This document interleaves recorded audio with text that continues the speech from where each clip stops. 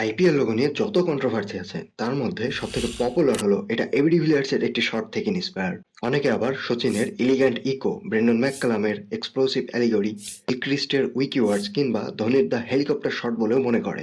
কিন্তু Indian commentator Akash Chopra 2017-তে finally reveal করে যে লোগোটা কোন ক্রিকেটারের শট থেকে ইন্সপায়ার্ড।